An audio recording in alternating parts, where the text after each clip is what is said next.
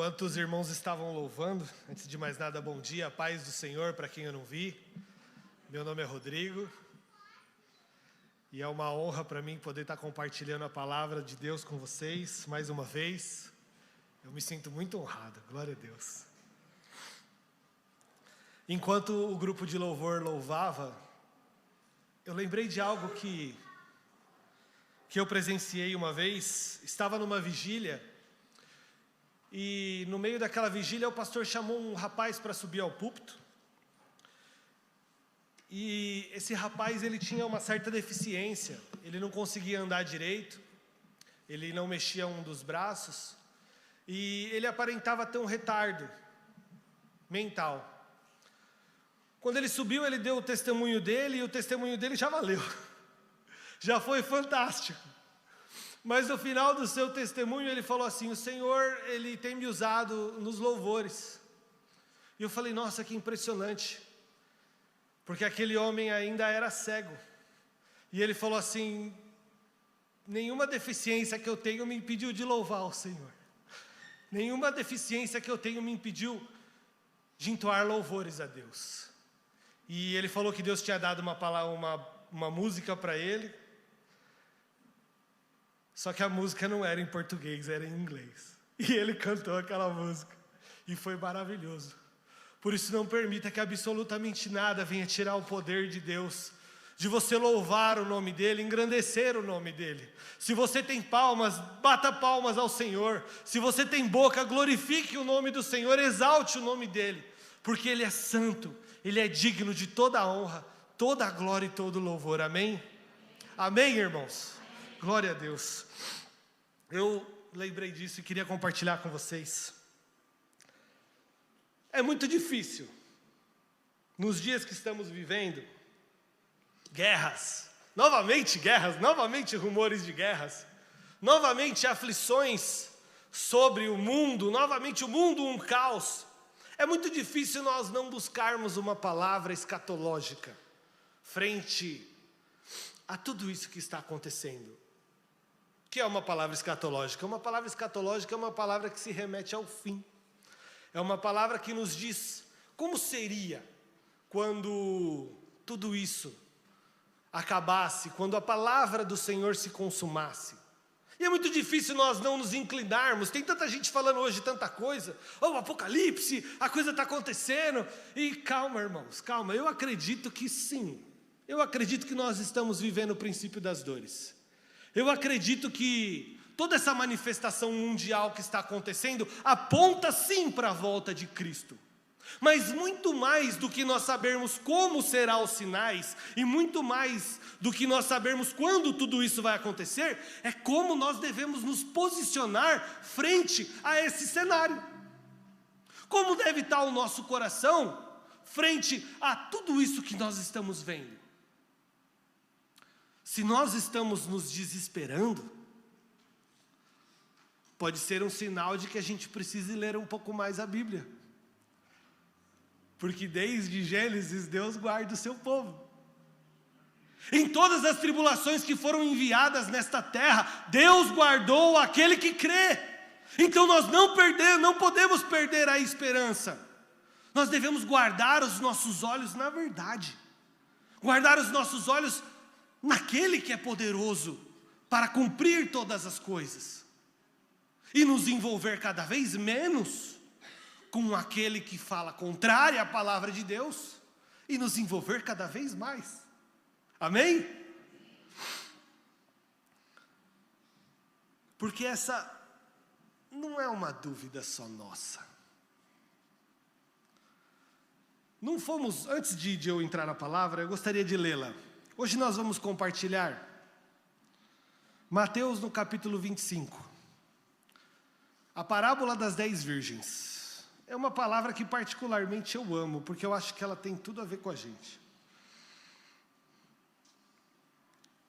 Vamos lê-la e depois a gente entra no contexto da palavra. Mateus 25, no capítulo 1, no versículo 1. Então, o reino do céu será semelhante a 10 virgens, que tomando as suas lâmpadas, saíram a encontrar-se com o noivo. 5 dentre elas eram nécias e 5 prudentes.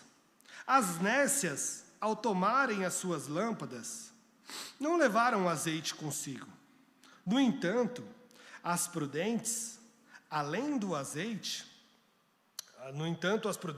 das lâmpadas, levaram o azeite nas vasilhas.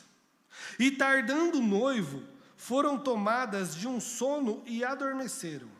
Mas à meia-noite ouviu-se um grito: eis o noivo, saí ao seu encontro. Então se levantaram todas aquelas virgens e prepararam as suas lâmpadas. As nécias disseram às prudentes: dai-nos do vosso azeite, porque as nossas lâmpadas estão se apagando. Mas as prudentes responderam: não, para que não nos falte a nós e a vós, outras. Ide até aos que vendem e comprai. E saindo elas para comprar, chegou o noivo. E as que estavam apercebidas entraram com ele para as bodas, e fechou-se a porta. Mais tarde chegaram as virgens nécias, clamando: Senhor, abre-nos a porta. Mas ele respondeu: em verdade vos digo que não vos conheço. Vigiai, pois, porque não sabeis nem o dia e nem a hora. Amém, irmãos? É uma palavra fantástica. Eu amo essa palavra. E eu estava ansioso para compartilhar ela com a gente. E que momento fantástico de compartilhá-la. Porque, como eu disse, essa não é uma dúvida nossa, só nossa. Era uma dúvida dos apóstolos também. Os apóstolos andavam com Cristo, mas você vê que eles eram até o Pentecostes, dá vontade de você bater neles, né? Porque, os caras não entendiam nada, eram completamente carnais. Você fala: meu Deus do céu, você não entendeu? E realmente a gente é até um pouco crítico frente aos apóstolos na sua caminhada. E quando a gente olha para nós, a gente entende um pouquinho o que eles passaram, porque a gente é a mesma coisa, né? A gente não entende nada, só vai entender depois que Cristo cumpriu o propósito e fala: agora você entendeu? Agora eu entendi, então amém, glória a Deus. Mas esse desejo de querer saber quando as coisas se realizavam, esse desejo de querer entender como esse mundo vai acabar, como a igreja vai subir, como se a gente vai passar pela tribulação ou não. Então eles indagam a Jesus. E a palavra que nós vamos expor hoje aqui é uma resposta que Jesus deu aos apóstolos. Se você voltar um capítulo, no versículo 24, versículo 3, os apóstolos perguntam assim: no Monte das Oliveiras achavam-se Jesus assentado. Quando se aproximou deles os discípulos e em particular lhe perguntaram: dize-nos, quando sucederão estas coisas? E que sinais haverá da tua vinda e da consumação do século? Então era uma dúvida dos apóstolos também: Senhor, fala para nós, quando será que todas essas palavras que o Senhor tem dito se cumprirão? Quando que o século se findará? Aí Jesus falou: calma, vou explicar para vocês. Então ele passa o capítulo 24 inteiro explicando os sinais mundiais da sua vinda. Olha, vai acontecer isso, vai acontecer aquilo. Algumas coisas nós cremos que já aconteceu no ano 70 depois de Cristo, quando Roma invade Jerusalém e destrói tudo. Mas algumas palavras ainda estão se concretizando ao longo da história. Então Jesus passa o capítulo 24 inteiro explicando como seriam os sinais da vinda do rei. Como estaria o mundo, como seriam os sinais da sua vinda. Só que ele não se preocupa só em explicar como seriam os sinais. Porque no final do capítulo 24 e no capítulo 25, ele traz 3 parábolas. E essas 3 parábolas já não apontam mais para como seriam os sinais da vinda do fim, mas como estaria o coração do servo quando tudo isso acontecesse. Então a preocupação do Senhor não é só em nos explicar como o mundo, como a palavra dele se cumprirá em relação ao mundo. Não, a palavra dele nos posiciona frente a tudo isso que está acontecendo. Então por isso que é muito importante nós inclinarmos o nosso coração em um devocional. Meu irmão, como você quer? Não posso adiantar a palavra, peraí. Não posso adiantar, então deixa eu respirar um pouquinho. Porque vocês já vou dar spoiler, vocês já me conhecem, eu me empolgo um pouco. Então deixa eu respirar, tomar uma água. Já estou um pouco mais à vontade. Mas essa parábola, ela vai apontar... Eu gosto muito dessa palavra caráter, mas quando eu falo de caráter, eu estou falando da gente, tá? Porque a gente geralmente liga a uma ação. Não, caráter é aquilo que te manifesta. Nós sabemos quem você é através do seu caráter. Então, caráter é o que te revela. Vamos usar essa palavra, então, e eu gosto muito dela. Jesus não se preocupa só em explicar para os teus servos quando e como aquilo acontecerá, mas como eles deveriam estar quando tudo aquilo acontece. E é interessante, porque as 3 parábolas falam de um mesmo assunto e de vários tipos de servos. Em todas ele tarda. O seu senhor confia a sua vinha e sai. As noivas aguardam o noivo e ele tarda. Então, em todas essas parábolas, o Senhor tarda. E ela nos arremete a esse momento de peregrinação que nós temos. E eu quero focar na parábola das 10 virgens, porque eu acho que ela tem tudo a ver com a igreja. Ela tem tudo a ver conosco. Ao longo dos tempos, muitos trouxeram explicações, né? Muitos pregaram sobre essa palavra, eu também já preguei várias vezes. Mas eu acredito que ela tem tudo a ver com a igreja de hoje. Eu acredito que ela tem tudo a ver com o que eu e você estamos vivendo hoje. E dentro desse contexto, ela serve para nos posicionar frente ao nosso caráter. A parábola de Mateus, no capítulo 25, versículo 1, ela começa assim: o reino dos céus é semelhante a... É muito importante que a gente se incline para os evangelhos e para as palavras que Jesus pronunciou, as palavras que saíram da boca dele. O reino dos céus é semelhante a... Porque se você se inclinar para as palavras dos apóstolos nas cartas, sim, são palavras de edificação da igreja. Por que eles deixaram todas essas cartas escritas? Para a edificação da igreja, para que nós soubéssemos como nós devemos caminhar frente a essa nova vida que o Senhor nos dá, certo? Só que quando o Senhor fala, o reino dos céus é semelhante a, Ele está nos revelando algo dos céus. Ele está revelando algo que nós somos. Ele está revelando algo que nasceu dentro de nós com o nosso novo nascimento. Só que a explicação não é o reino. E depois eu sei que eu vou ouvir alguns irmãos: ô irmão, vamos conversar. Eu estou aberto a conversar, irmãos, a gente vai conversar. Porque às vezes eu entro em umas brigas que só Deus na causa. Mas a explicação não é o reino. O reino é muito maior que a explicação. O Senhor está pegando um aspecto do reino e revelando: olha, o reino dos céus é semelhante a... Imagina se eu contasse uma história para vocês, e eu contasse algo que vocês nunca viram. Cada um vai pensar uma coisa, porque você nunca viu. Então você vai tentar trazer à sua memória o mais parecido na sua mente que você já viu na sua vida. É como João: as ruas são de ouro, são de marfim e tal. Eu acredito que não. Mas aos olhos do profeta, aos olhos de João, era o mais próximo que ele conseguia descrever para nós aquilo que ele estava vendo. Porque aquilo deve ser de uma glória tão grande que os nossos olhos não viram.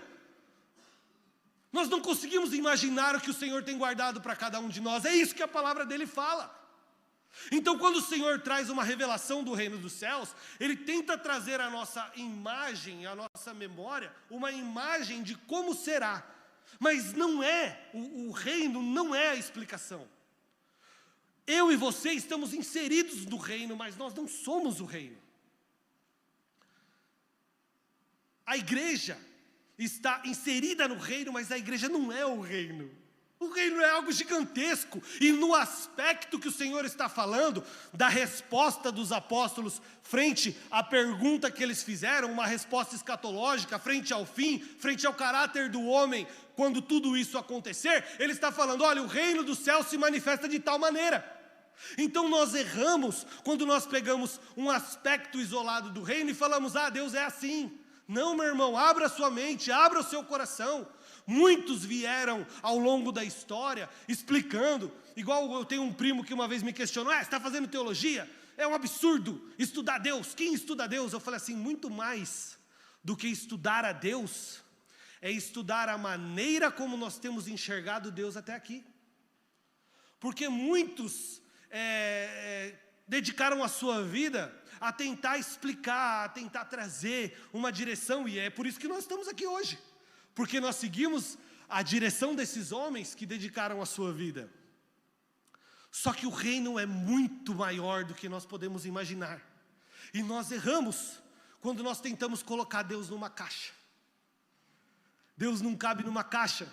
Porque quando você tentar colocar Ele, você sempre manifestará um Deus para você. Você sempre manifestará um Deus que cabe naquilo que você pode fazer. Então Deus vai sempre ser semelhante àquilo que você gosta, àquilo que você tem facilidade. Tem igrejas aí que Deus é a cara do pastor, você percebeu? As ovelhas falam, você conhece? Jesus conhece, ele está ali, pregando ali. Porque o cara desenha Deus com a personalidade dele. Aí quando as pessoas olham, falam, olha Deus aí. Não, meu irmão, muito pelo contrário. Deus é muito maior. E aí a gente fica brigando e entrando em discussãozinhas. Deus é assim, Deus é assado, faz assim, faz assado. E nós esquecemos do verdadeiro ensinamento da palavra. Então não perca tempo com vãs discussões. Busque o ensinamento que aquilo tem te dado e busque em aplicar aquilo na sua vida. Nós vamos ver aqui, ao longo da palavra, que todas eram virgens, todas tomaram as suas lâmpadas, mas 5 não entrou. Então a gente precisa se atentar, igreja, acorda. Acorda, nós precisamos acordar. Mais uma vez eu quero dar spoiler, vamos devagar. Então o reino dos céus não é a explicação. Mas dentro do contexto que o Senhor está trabalhando, Ele está manifestando, o reino dos céus é semelhante a.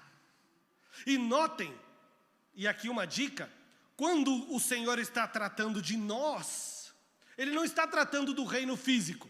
O reino físico quando eu digo espiritual, existe. Claro, nós cremos que o reino espiritual existe. Jacó deitou, dormiu e viu uma escada. Ezequiel olhou para o céu e viu um trono voando. João foi levado e em meio aos 24 anciões, viu um mar de vidro, viu coisas inefáveis. Então o reino existe. O reino existe. Só que quando o Senhor está trabalhando com o caráter do homem, Ele está dizendo o que Lucas escreveu em Lucas no capítulo 17. Lucas, no capítulo 17, versículo 20, diz assim: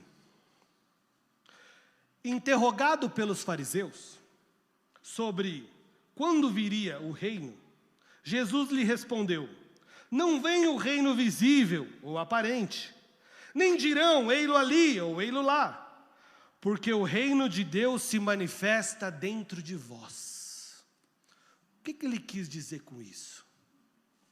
Não percam o foco da pergunta dos apóstolos e do que Jesus vem ensinando, porque nós também erramos quando nós pegamos versículos isolados, e eu já fiz muito isso, por ignorância, por falta de ter uma destreza com a espada, em pegar um versículo e trazer um contexto. Aí depois você vai ler mais abrangente, você fala, opa, o Senhor está sendo um pouco mais profundo do que só essa superficialidade. Então não percam essa linha de que nós estamos respondendo à questão dos apóstolos, de como seria o fim. Então o Senhor trata com o mundo e trata com o caráter do homem. Então quando Ele está falando do caráter do homem frente ao reino de Deus, Ele está falando, o reino não se manifesta aqui ou acolá, ou será visível, mas o reino se manifesta dentro de vós. O que é isso? Em um reino. Aí você já assistiu aqueles filmes medieval. Todo mundo já assistiu. Eu acho muito legal. Aí tem o rei, tem os guerreiros, tem os cavaleiros, tal, é mais ou menos aquilo, certo? Em um reino, aí tem lá o cara que faz a espada, o ferreiro. Pá, pá, pá. No reino é feita a vontade dele? Não. Aí tem o artesão lá que faz os objetos, os móveis, tal. O reino é feito à vontade dele? Não. Em um reino é feita a vontade do rei. E nós temos um rei. Então quando Lucas vem explicando que o reino não será manifesto, ou o reino estará dentro de vós, quer dizer que o reino é a vontade de Deus manifesta em você. Em você. É por isso que nós lemos em Mateus no capítulo 6, a tão conhecida oração do Pai Nosso. O que fala a oração do Pai Nosso? Venha a nós o seu reino e seja feita a vossa vontade. Seja feita a sua vontade. E aí quando você começa a abrir a sua mente, você começa a ver, nossa, que interessante. Em Mateus no capítulo 5, vai falar que bem-aventurados os humildes de espírito, porque deles é o reino. Por que será que deles é o reino? Porque não é feita a vontade dele, a vontade de Deus, a vontade do rei. Então quando o Senhor está explicando para a sua igreja, moldando o caráter da sua igreja através dos seus servos, Ele está manifestando a sua vontade. Então para de achar que vai manifestar alguma coisa externa. A gente tem uma origem, muito mais nós que somos, não é só ocidentais, latinos. Muito mais nós que somos latinos, nós temos uma religiosidade aflorada. Isso é uma característica do povo latino. Você vê países, e quem já viajou, eu sei que tem muitos irmãos aqui que já são viajados pelo mundo, eu acho isso muito legal. Um dia eu também quero conhecer outro país. Mas você vê pessoas muito frias, pessoas muito indiferentes, pessoas muito naturalistas, sabe? Nós não, a gente já chega aqui, você nem conhece a pessoa, vai com Deus, Deus está em tudo. É característica do povo, sabe? Essa manifestação religiosa.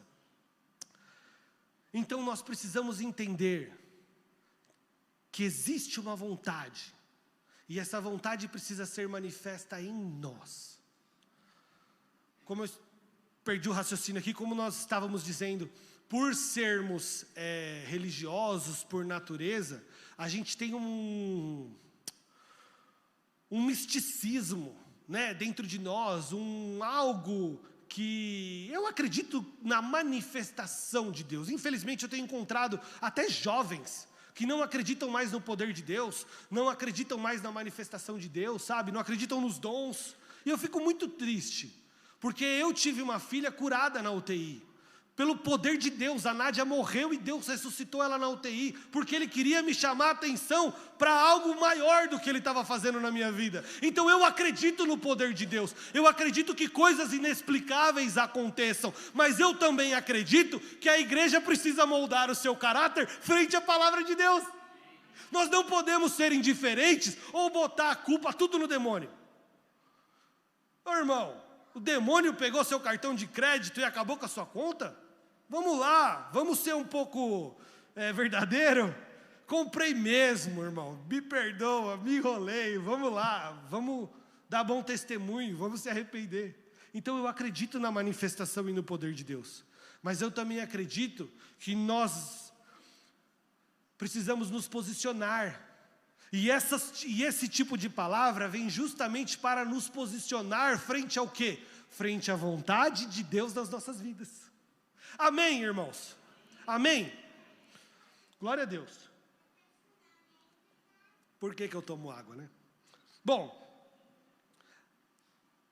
então o Senhor começa a parábola dizendo: o reino de Deus é semelhante a vontade de Deus para a sua vida é semelhante a 10 virgens que, tomando as suas lâmpadas, saíram a encontrar-se com seu noivo. Por que eu gosto tanto dessa palavra? Porque eu não consegui achar outra explicação para essas 10 virgens, senão eu e você. Desculpa, irmão, os outros trouxeram outras explicações, mas não tem. Porque as virgens tomaram as suas lâmpadas e saíram a encontrar-se com o seu noivo. Isso aponta diretamente para uma conversão genuína. Isso aponta diretamente para um tempo de peregrinação que o crente teria entre o tomar a sua lâmpada e entre sair a encontrar-se com o seu noivo. Isso aponta para um tempo de caminhada. Por quê? Porque João vai falar lá no evangelho dele que enquanto Jesus estava no mundo, Jesus era a luz do mundo. Então Mateus vem e fala assim: não, meu irmão, vós sois a luz do mundo, porque nós temos a lâmpada. Nós tomamos a nossa lâmpada e saímos a encontrar-se com o nosso noivo. Mas o que é a lâmpada? Salmo 119, 105. Lâmpada para os meus pés é a tua palavra, luz para os meus caminhos. Então nós que encontramos o nosso noivo, tomamos a nossa lâmpada e saímos a encontrar-se com o nosso noivo. Com a lâmpada nas mãos, se cumpre a profecia que Mateus disse sobre nós, que nós seríamos a luz do mundo. Logo, não existe noiva sem lâmpada.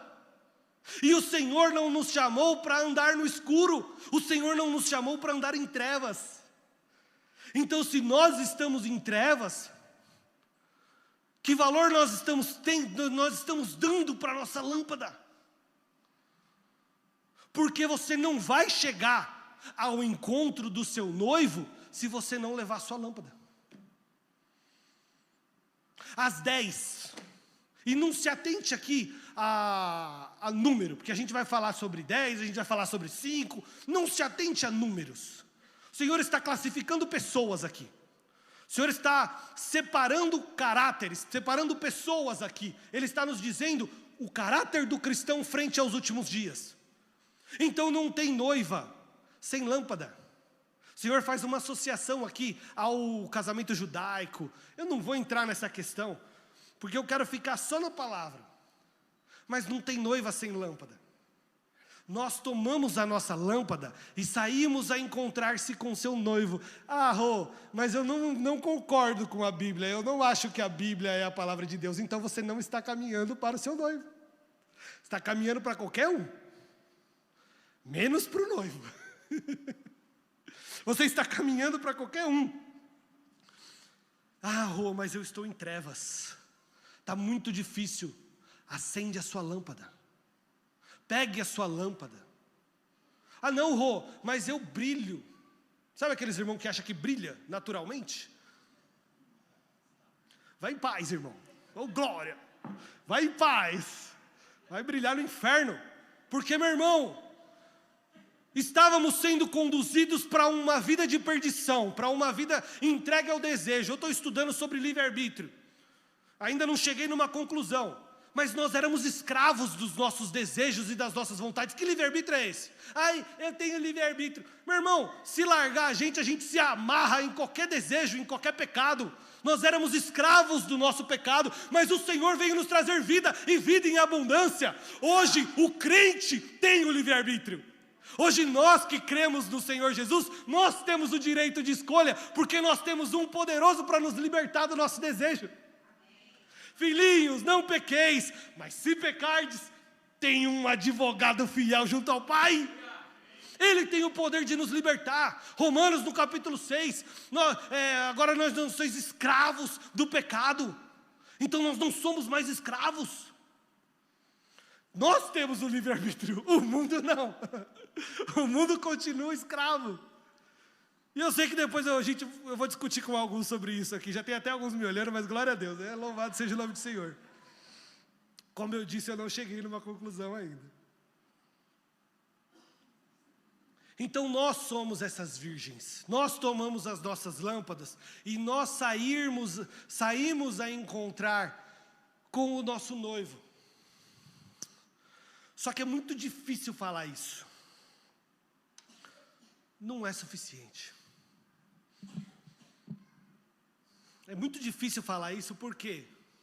Porque, seguindo o capítulo, ele vai falar aqui: 5 dentre elas eram nécias e 5 prudentes. Novamente, não se atente ao número, porque Agostinho veio falar que isso se remete aos 5 sentidos do homem. Meu irmão, amém, glória a Deus, Agostinho, abençoa demais a igreja.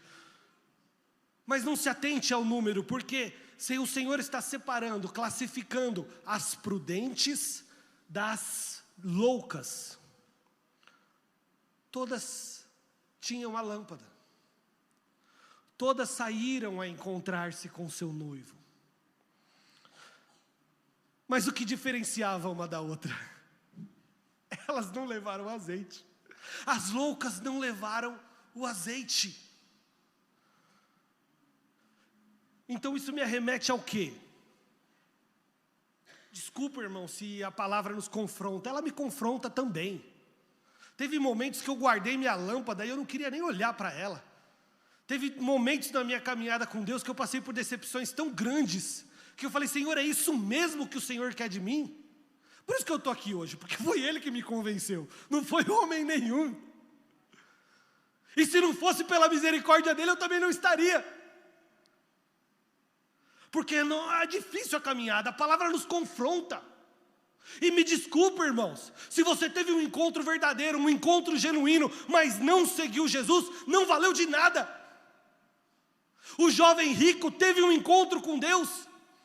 Senhor encontrou Jesus face a face, guardava os mandamentos, o cara era o cara. Eu tenho guardado os mandamentos desde a minha mocidade. Jesus vai lá e fala, oh glória, vende tudo que tem e segue-me, e terás um tesouro no céu. Ele saiu triste.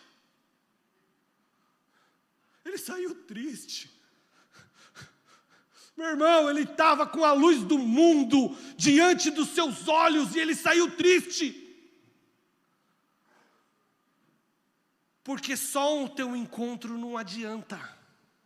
Ah, mas eu faço teologia. Eu conheço a palavra. Eu leio a palavra. Se você não vive a palavra, você é um fariseu. Se você não acorda falando como aquele homem e aquele fariseu, Mateus no capítulo 18, dentro do templo, os dois, você vê que a palavra é muito difícil, a palavra é igual, o Senhor está falando a mesma coisa para nós. Tinha um na frente do templo e um no fundo. Um falava, Senhor, jejuo 3 vezes ao dia e dou o dízimo de tudo quanto tenho, eu me justifico. Aí o outro lá no fundo fala assim, Senhor, tem misericórdia de mim, pecador. Não ousava nem levantar os olhos aos céus. E ele saiu justificado.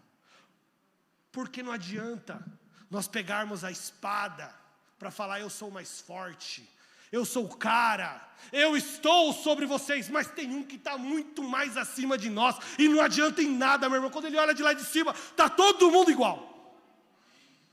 Está todo mundo igual. Então eu acredito que o Senhor tem um chamado para algumas pessoas na área acadêmica. Ele precisa saber de coisas profundas, é claro. É claro, o Senhor, ao longo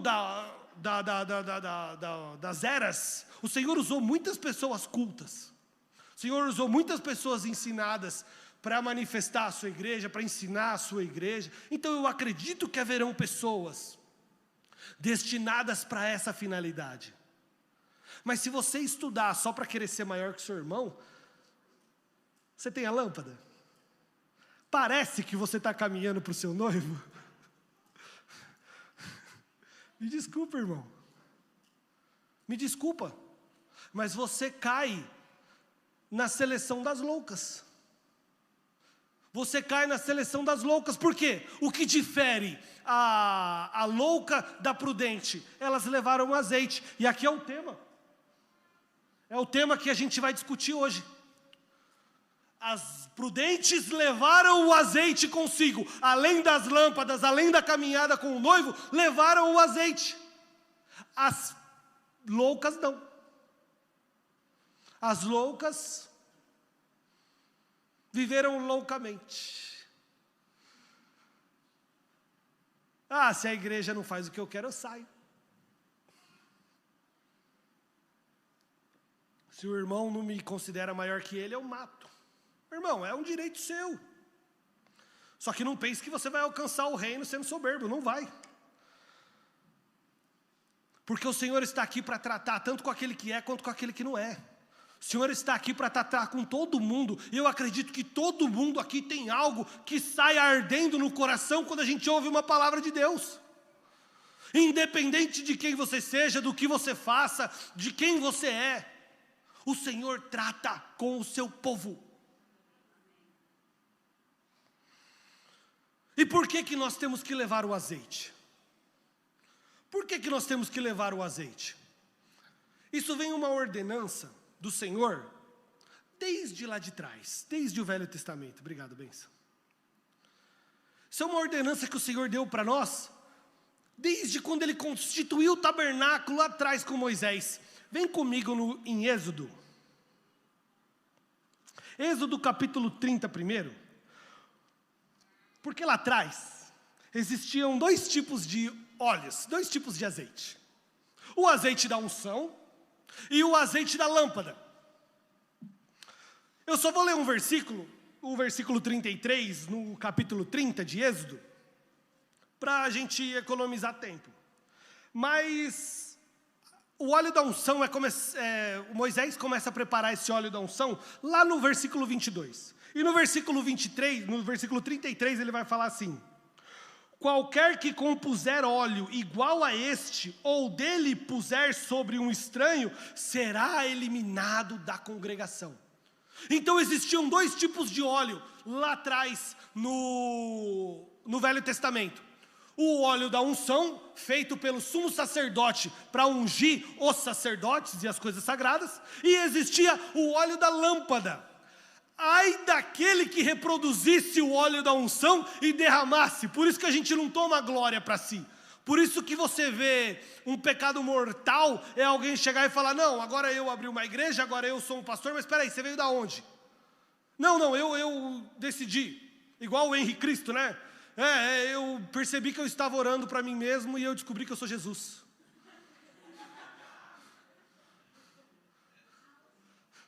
Então ninguém toma essa glória para si, porque a palavra diz: ai daquele que reproduzir o óleo da unção.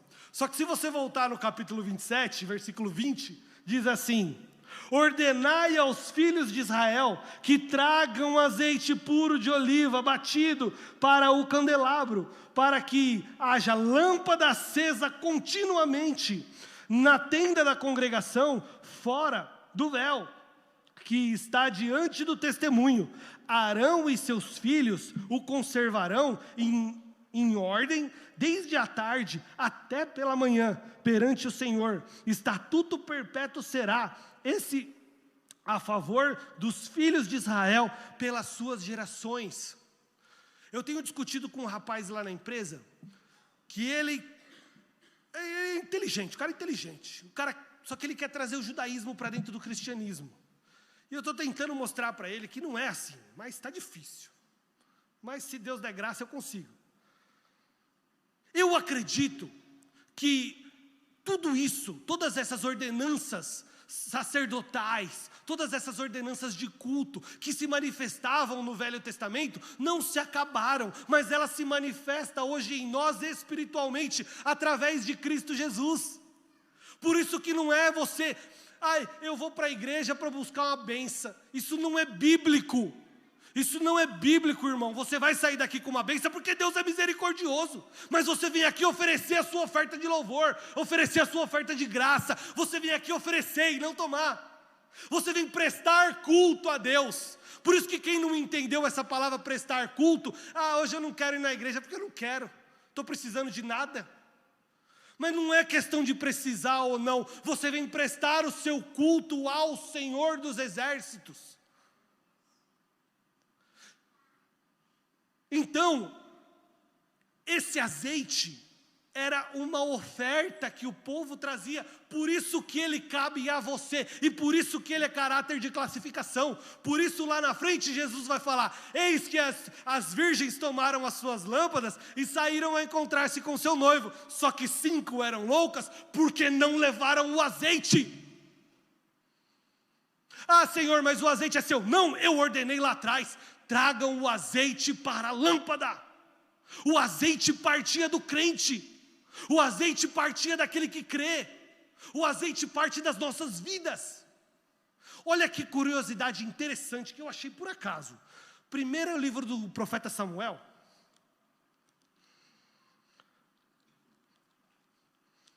Você percebeu que você tem que ler Bíblia, né, irmão? Senão você vai se perder na pregação. Então, desliga um pouquinho o Netflix.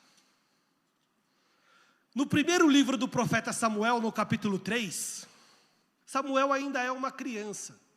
Tem bom testemunho do povo de Israel, mas nunca tinha ouvido a voz do Senhor. Aí o capítulo 3 começa assim. O jovem Samuel servia ao Senhor perante Eli. Naqueles dias, a palavra do Senhor era muito rara, e as visões não eram frequentes. Isso por causa dos filhos de Eli, Ofni e Finéias, que faziam um absurdo frente à congregação. Mas não é o nosso tema de hoje. Mas é por isso que as visões eram raras, porque os sacerdotes tinham se corrompido. Certo dia, estando deitado em um lugar costumado do sacerdote, certo dia, estando deitado num lugar costumado o sacerdote Eli, cujos olhos já começavam a se escurecer, a ponto de não poder ver, e tendo deitado também Samuel no templo do Senhor, em que estava a arca, antes que a lâmpada do Senhor se apagasse, o Senhor chamou o menino Samuel. O Senhor não falou com Samuel antes que a lâmpada do Senhor se apagasse. A lâmpada estava acesa para que o menino Samuel ouvisse a palavra do Senhor. Então, se eu e você hoje não estamos ouvindo a voz de Deus, será que nós estamos mantendo a nossa lâmpada acesa? Desculpa, irmãos, eu não consigo separar a palavra. Eu acredito que existiram profecias para Israel, claro. Que não tem absolutamente nada a ver com a igreja, claro. Mas eu acredito que o Senhor deixou o Velho Testamento para nos servir de exemplo, como Paulo vai falar lá em 1 Coríntios no capítulo 10. Então, se nós não estamos ouvindo a voz do Senhor, como está a nossa lâmpada? Isso é um momento de reflexão. Isso é um momento de reflexão, porque eu perguntei para o Senhor, Senhor, isso é muito alegórico. Qualquer coisa pode ser o azeite. Eu sei que eu tenho que trazer, mas isso é muito alegórico. O que é o azeite? O que o crente tem que trazer? O que o crente tem... Aliás, trazer não.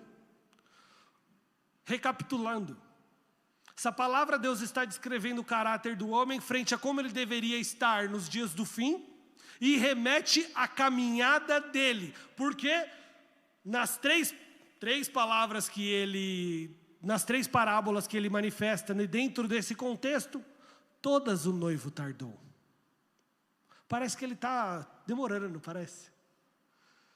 Será que essa palavra não tem a ver com a gente mesmo? Quantas vezes você já parou isso?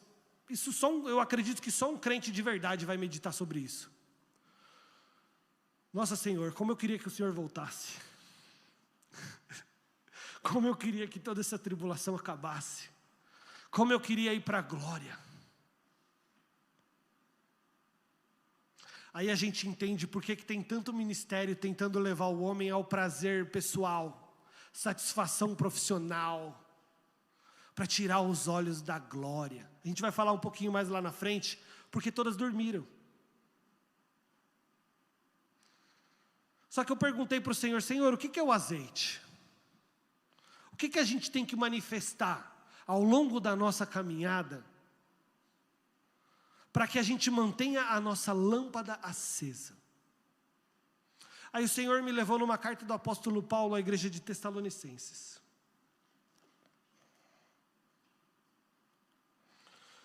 Carta do apóstolo Paulo a igreja de Tessalonicenses, Paulo está tratando de um assunto particular da igreja. Alguns que não trabalhavam e queriam viver dos outros. Jesus está tratando sobre isso. É um problema, um exemplo de um problema. Mas olha o que Paulo fala no capítulo, a partir do versículo 12, capítulo 5, versículo 12. Vocês estão comigo? Glória a Deus. Eu falo isso para os jovens lá embaixo também. Vocês estão comigo ou semigo? Estão comigo? Amém. Glória a Deus. Vamos lá. Agora, versículo 12. 2 Tessalonicenses, versículo 12. Agora, vos rogamos, irmãos, não acateis com apreço os que trabalham entre vós. Aliás, acatei com apreço os que trabalham entre vós. Esse é o problema que Paulo está discutindo lá. E os que vos presidem no Senhor e vos admoestam, que os tenhais com amor em máxima consideração por causa do trabalho que realizam. Vivei em paz uns com os outros, exortai-vos também os irmãos a que admoestem os insubmissos, consolem os desanimados, amparem os fracos e seja longânimo para com todos. Evitem alguém retribuir a outro mal por mal. Pelo contrário, segui sempre o bem entre vós e para com todos. Regozijai sempre, orar sem cessar, em tudo dai graças, porque esta é a vontade de Deus em Cristo Jesus para convosco. Não apagueis o Espírito. O Senhor nos chama aqui a uma atenção do que é levar a lâmpada. Não sejam vencidos pelo mal. Não permitam que o mal habite no coração de vocês. Problemas existirão, sim, como o problema que está se manifestando aqui na igreja de Tessalônica. Mas não permitam que o mal apague a chama que arde dentro do coração. Não permita que o mal faça com que vocês parem de queimar diante do Senhor, porque nós somos a oferta. Nós somos a oferta máxima que nós podemos dar ao Senhor, é o nosso coração. Então o Senhor vem tratando aqui, esta é a vontade de Deus. Lembra quando eu falei do reino? Quando Jesus está explicando sobre o reino em nós, Ele está explicando sobre a vontade dEle em nós. Está difícil, está tribulado, mas Ele nos chamou para fazer coisas sobrenaturais. E aí a gente acha que coisa sobrenatural é sair voando na congregação. Eu achava. Muito mais sobrenatural é perdoar. Muito mais sobrenatural é amar. Muito mais sobrenatural é nós guardarmos o nosso coração da maldade e não pagar mal a mal, mas pagar o mal com o bem. Quem faz isso hoje no mundo? Nós estamos vendo aí um exemplo claro. Palestina israelense jogou uma bomba em mim, toma 10. Porque é assim que o mundo responde. Hoje alguém vem tirar uma com a sua cara, seja no trabalho, seja num círculo social. Tem sempre aquele que quer mostrar que você não é crente. Tem sempre aquele que quer, como eu digo, enfiar o garfinho, né? Colocar o garfinho. Tem, meu irmão, tem, porque é assim, o mundo é assim, o mundo não. A sua felicidade incomoda. A sua felicidade incomoda muito. Só que você foi chamado para herdar o reino. Você foi chamado para que o reino de Deus se manifeste em você. E o reino de Deus se manifestando em você, não é a sua vontade, é a vontade dEle. Logo, manter a chama acesa é nós olharmos para aquilo que o Senhor nos ensinou todos os dias e manifestar, ainda que seja difícil. Ainda que seja difícil, porque nós não podemos esquecer que nós estamos caminhando para o nosso noivo. Você e eu temos um objetivo. A gente não resolveu seguir essa doutrina porque a gente achou bonito. Não, irmãos. Você foi convencido de que existe algo além. E quem nos convenceu foi o próprio Deus. Por isso, o Senhor dá um grande exemplo aqui, em Tessalonicenses, da sua vontade, para mantermos a chama acesa. É por isso que eu falei que não adianta só pegar a lâmpada. Se você pegou a lâmpada e continua apagando mal com mal, a luz dela está te guiando?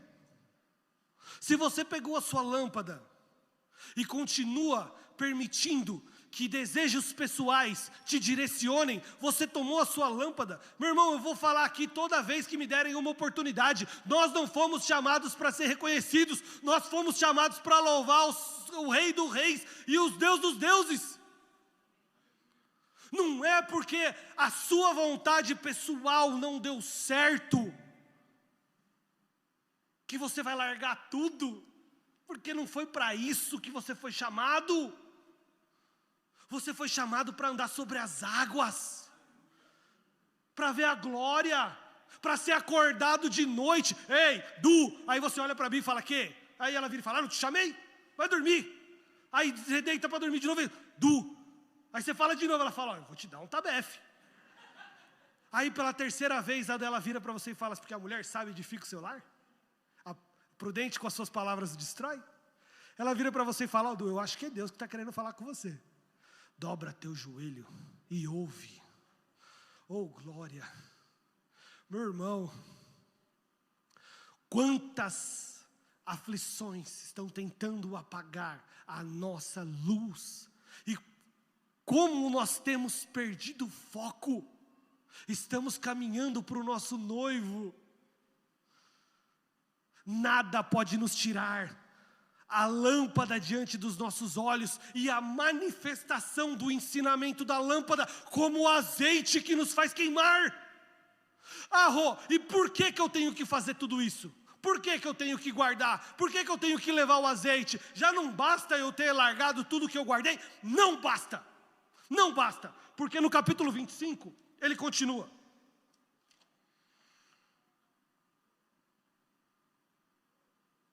Versículo 5. E tardando o noivo, todas foram tomadas de um sono e adormeceram. Isso aponta diretamente para uma apostasia. Todas dormiram. Todas. Quando você estuda a escatologia e você vê o contexto do fim, você vê que se levantará uma besta e um anticristo. Duas figuras importantes para que a palavra do Senhor se cumpra. Agora eu digo, como um ser maligno se levantará com a igreja de joelho? Como um ser maligno se levantará com uma igreja, com um povo que clama ao Senhor? Para que a palavra se cumpra, é necessário que haja apostasia e todas durmam. Mas está falando do mundo. O mundo sempre foi apóstata. Hoje você está vendo a igreja se apostatando do Senhor, acreditando em templo, acreditando em pessoas, acreditando em atos proféticos e não no Senhor. Você vê chamadas de culto que aparece 35 pastores, mas você não vê o nome de Jesus ser citado. Homens que pregam para milhões e ele fala, sou eu, mas e Jesus? A igreja está se apostatando, mas não porque a igreja está sendo negligente. É necessário que isso aconteça. Olhe para o contexto mundial. Cristo passou o capítulo 24 explicando os sinais do fim e o capítulo 25 explicando como nós deveríamos nos portar. É uma conjuntura, é algo que nós devemos ter nos nossos olhos. É algo que nós devemos ter atentos nos nossos olhos. A igreja dormirá. A igreja se apostatará, mas ela não largará os seus valores. O crente verdadeiro não vai largar os seus valores, porque vem o grito, eis que vem o noivo. Os sinais gritarão diante dos nossos olhos, eis que o noivo vem. Quem está apercebido verá os sinais e se levantará e se colocará. Aí o povo que estiver em volta, já meia boca, vai falar, ei, por que se vocês estão se arrumando? Porque vem o noivo. Dá-nos do nosso azeite. Desde quando você se converteu, você nem se preocupou a seguir Jesus. Agora nos sinais do fim, infelizmente, o grito vai pegar muitos de surpresa. O grito vai pegar muitos, e eles não terão tempo de se conformar frente à palavra do Senhor, porque eles não vão saber como. Então, nesta manhã,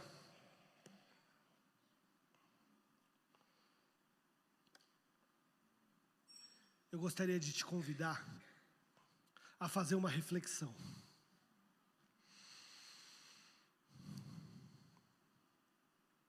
Eu e você tomamos a nossa lâmpada e sairmos a encontrar com o nosso noivo. Só que 5 eram nécias e 5 prudentes.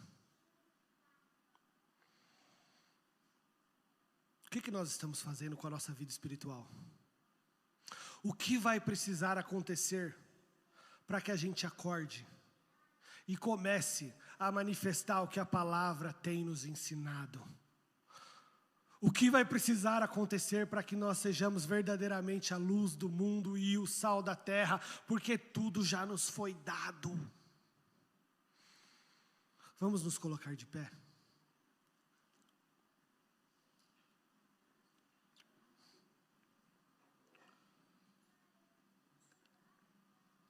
Eu queria chamar o grupo de louvor.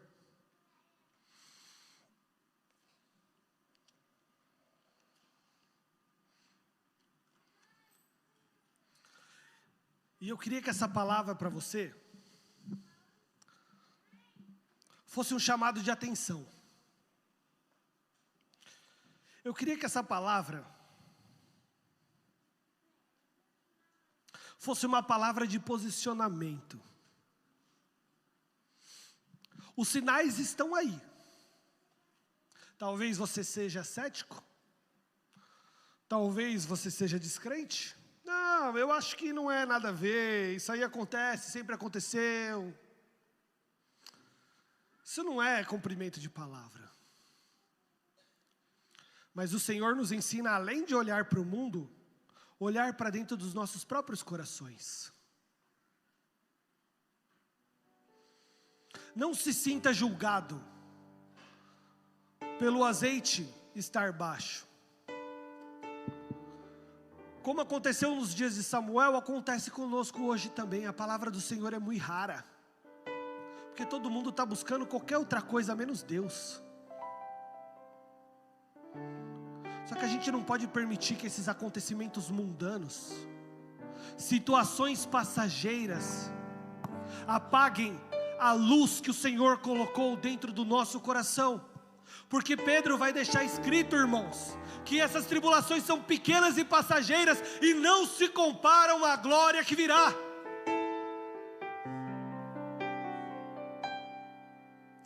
Está passando por luta, está passando por dificuldade. Eu me coloco aqui para chorar junto com você. Vamos chorar junto, irmão. Vamos ser igreja, vamos ser congregação, vamos andar junto. Vamos nos apoiar uns nos outros. Vamos acender as nossas lâmpadas juntos. Vamos nos confrontar e sair da nossa zona de conforto. Eu já não oro mais. E sinceramente, eu já não oro mais para Deus me dar um carro zero, me dar bens materiais. Eu oro para que a vontade dele seja manifesta na minha vida. Mas o foco da minha oração agora é eu perdoar aquele imperdoável. O foco da minha oração agora é amar aquele que eu não consigo amar. Manifestar o caráter de Cristo, porque isso é levar o azeite. Eu tenho absoluta certeza que o Senhor preparou essa manhã para que nós nos confrontássemos com essa palavra e buscássemos dele a resposta. Chegou a hora do teu povo ver os céus abertos e a coluna de fogo descer e consumir o holocausto. Chegou a hora de nós ouvirmos a voz do Senhor, sermos acordados de noite, termos sonhos, estarmos andando na rua e o Senhor nos incomodar a orar para alguém. Chegou a hora de nós vermos as manifestações do Espírito nas nossas vidas. Chegou a hora de sermos pessoas inabaláveis, e isso não vai partir de fora, porque é uma ordenança do Senhor que o servo leve o azeite. Vamos orar. Pai, eis aqui a tua palavra, a palavra que o Senhor me deu, Pai, e eis aqui a tua igreja, Senhor. Eu peço, Senhor, que assim como o Senhor escreveu naquelas tábuas e deu a Moisés, que o Senhor escreva nos nossos corações a sua vontade, para não pecarmos contra ti, Senhor. Senhor, chegou uma hora de levantarmos um povo santo, sarado, Pai, que olha para ti independente do que aconteça, Senhor, que não vacila, Senhor, mas que anda no caminho reto, porque sabe que encontrará o seu noivo. Por isso eu entrego aqui diante do Senhor, Pai, os meus pecados e os pecados da sua congregação, Deus. Nós pedimos perdão por aquilo que não conseguimos, nós pedimos direção por aquilo que não entendemos, mas clamamos ao Senhor: faça-nos um povo sobrenatural, Pai. Que o seu nome seja exaltado e glorificado no nosso meio, porque nós não nos envergonhamos do Evangelho, mas é o poder de Deus para a salvação de todo aquele que crê, Senhor. Por isso nós entregamos ao Senhor, Senhor, esta manhã, a nossa oferta de gratidão, sabendo que o Senhor moldará os nossos corações. Amém, igreja?